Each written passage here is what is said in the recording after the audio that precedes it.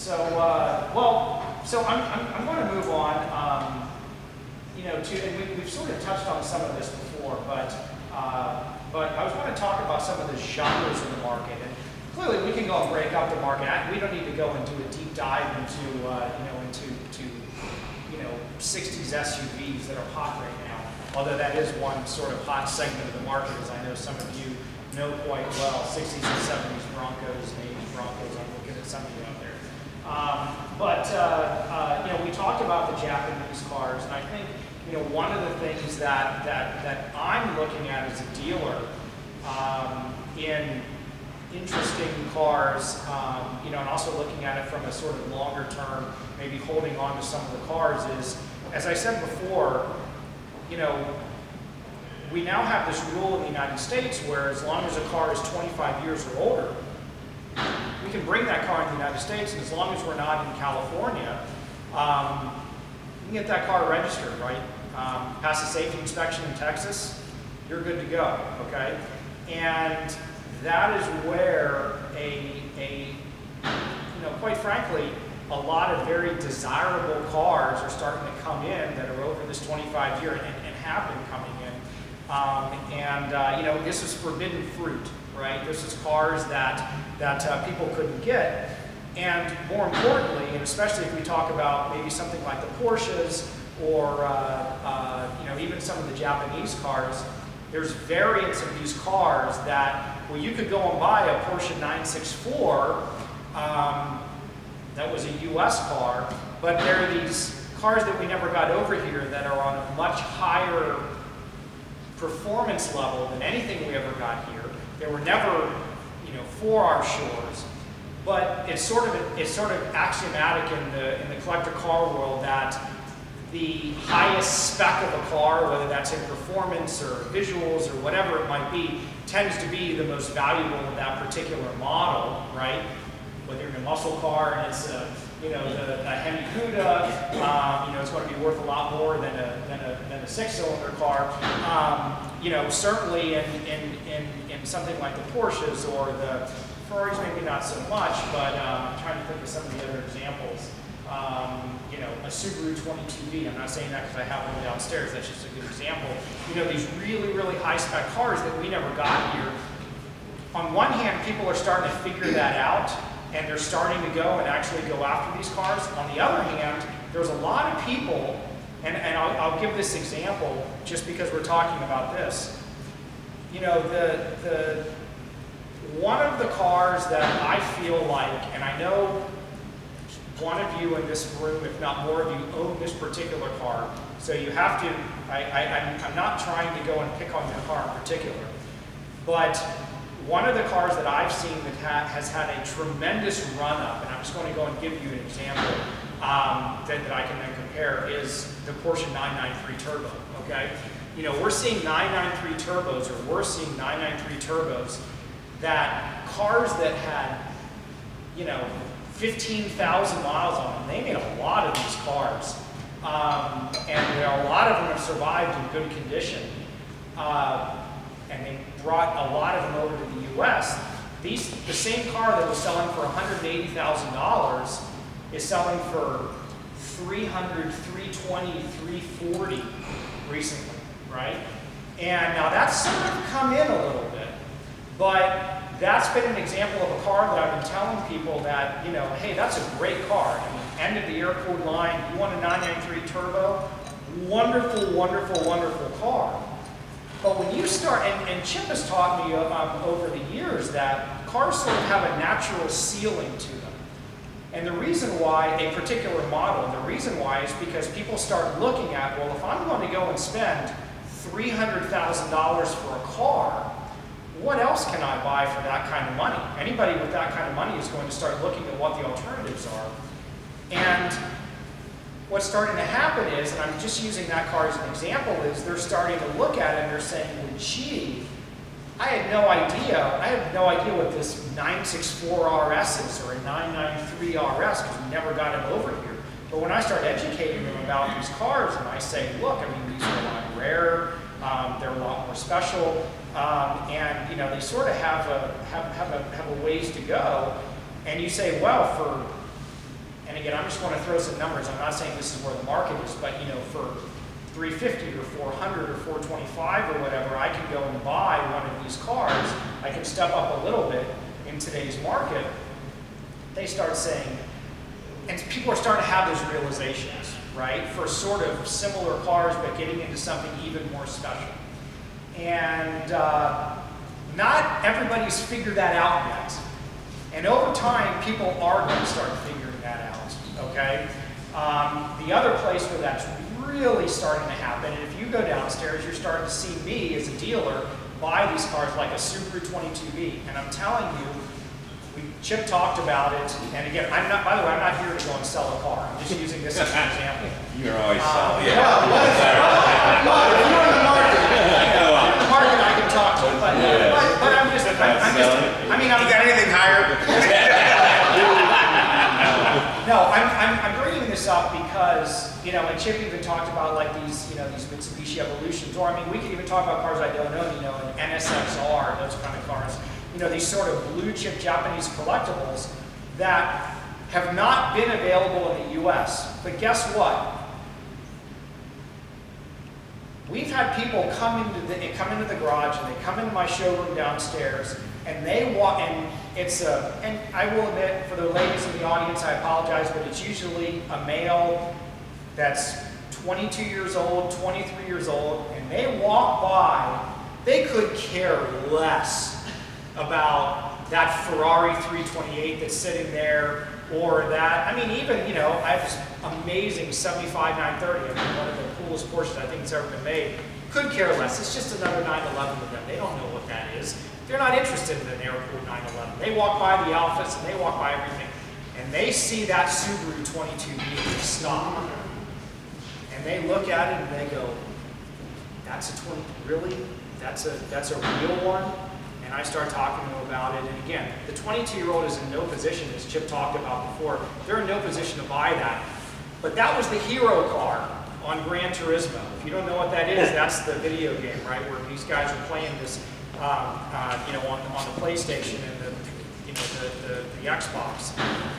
And they were sitting there, and what was going into their mind for years and years and years is roof Porsches, RS,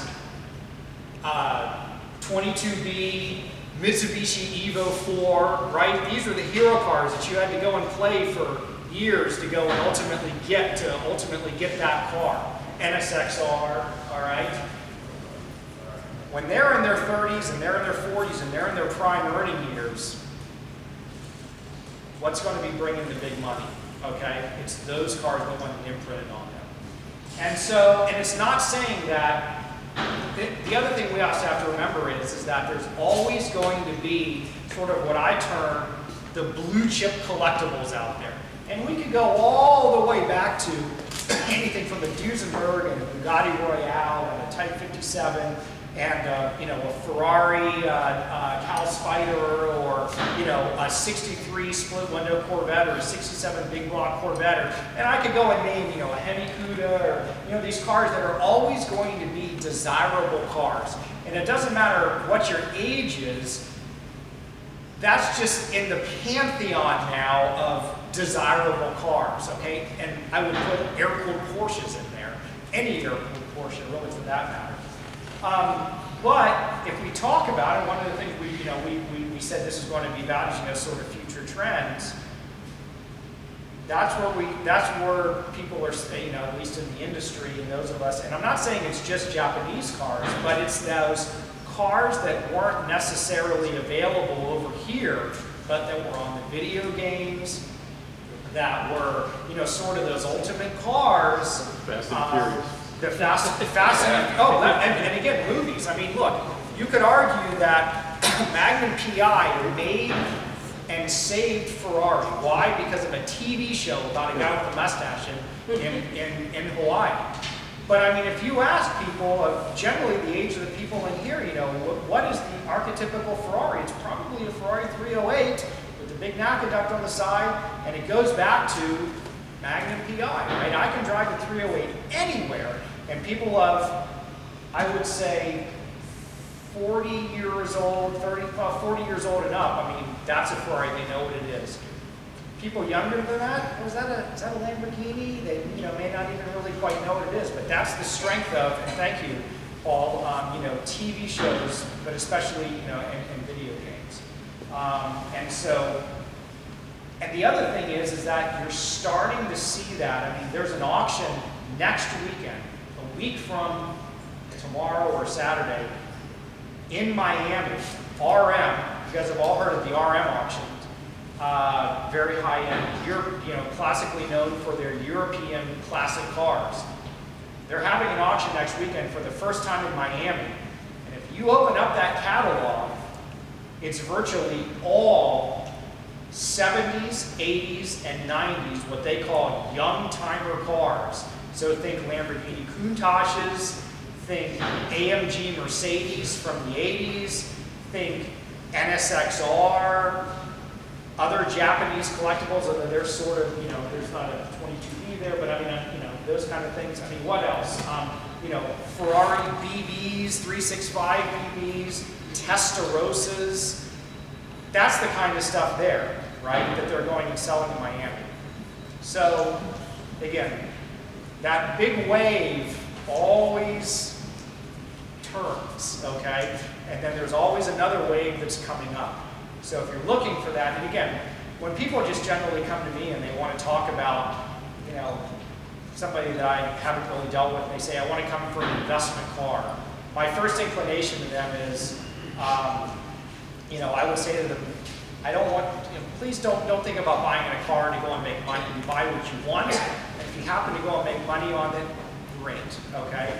But over time, and as people start getting more sophisticated, and certainly if you're sitting in here, some of us are thinking about cars for, maybe a short-term or even a longer-term investment. So that's the reason I go and I bring up those kind of cars. Not saying a 67 Corvette is not a great investment, right? You buy a great one of those, you're probably going to do okay. I'm just picking out a 67 Corvette. If we could go, there's all kinds of other cars. But anything you want to add to that, Chip? No, I think though is if you're looking at, I think, my view on it is I think you can certainly look at cars as investments, but on the other side of it, I think, the real value in a car is what you see in it or why you want it and how you enjoy it. I think that's really where the real value is. If you get lucky and the car goes up in value while you own it, that's fantastic. But I think if you can go enjoy a car, it's funny.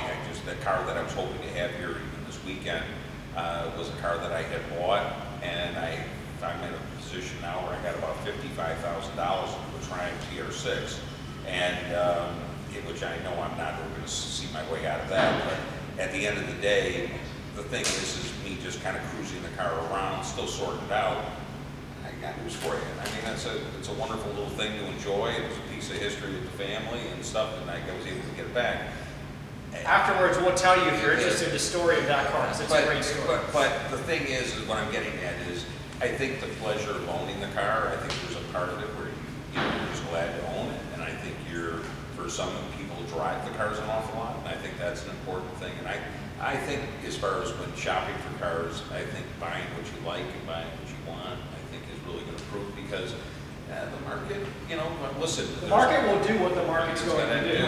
And it's all going to be bigger than us. You take, for example, I traded Porsches for a number of years professionally, and we sold a brand new Porsche, which was an awesome car, and the guy lost $20,000, $30,000, $40,000 on it, and that's just the way it was. But they loved it, and and I think that you have to look at it. I think you have to look at it that way. I do think there's a lot of opportunities that exist in the market, but I think when you're really trying to find value, I think the value is going to be what a car is to you, the buyer. I guess I think that's more important than anything else. And whether it be a piece to complete a collection, or just something that you've always wanted because it was something you wanted when you were a kid, or something you just enjoy the way it drives, or what have you.